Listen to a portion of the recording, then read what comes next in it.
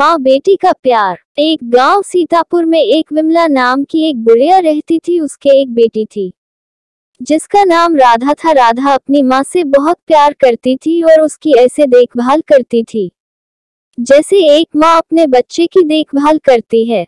विमला बूढ़ी हो गई थी और बीमार सी रहने लगी थी। वह काफी चिड़चिड़ी भी हो गई थी। राधा गांव में दूसरों के यहाँ काम करके जो पैसे लाती थी उसी से अपना घर चलाती थी। उसने ज्यादा पढ़ाई भी नहीं की थी क्योंकि घर की जिम्मेदारी और माँ की बीमारी ने उससे पढ़ाई से छीन ली थी।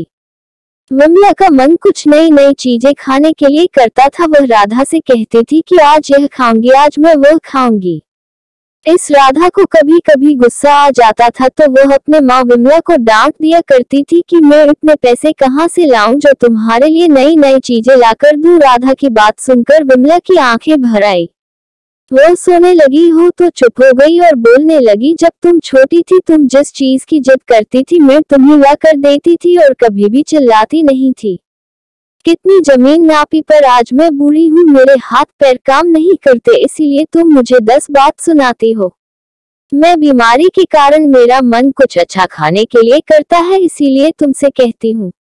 अपने माँ की बातें सुनकर राधा की आंखें भर आई। वह बैठ गई हो सोचने लगी कि जब हम छोटे होंगे तो हमारे माँ बाप हमें हर चीज लाकर देते होंगे, हम उनसे जिद करते हैं और यह नहीं सोचते कि वह यह चीज ला भी पाएंगे या नहीं। माँ की ममता का कोई मोल नहीं होता और आज मेरी माँ मुझसे कुछ चीज मांग रही है तो मैं उसे लाकर क्यों नहीं दे सकती। राधा ने सोचा और कहा कि मैं अगर 2-4 बच्चे घर में ही ट्यूशन पढ़ा लूं तो मुझे 4 पैसे मिलेंगे और उनसे मैं अपनी माँ का और अच्छे से ध्यान रख पाऊंगी। रामनाथ की गांव के अध्यापक के पास गई और बोली, आप मुझे 2-4 बच्चे पढ़ने के लिए दे दो, इससे मैं अपने घर का घर चला सकती हूँ। अध्यापक ने उसे दे दिए। अब राधा गांव में और काम भी करती और शाम को बच्चे भी पढ़ाती जिससे वह अपनी माँ को वह चीज लाकर दे देती जो उसे चाहिए थी।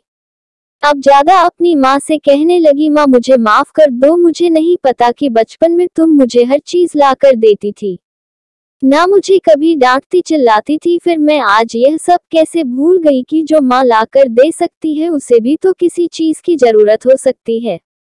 राधा की बात सुनकर उसके माँ विमला की आंखों में आंसू आ गए। दोनों आपस में गले मिलकर रोने लगे।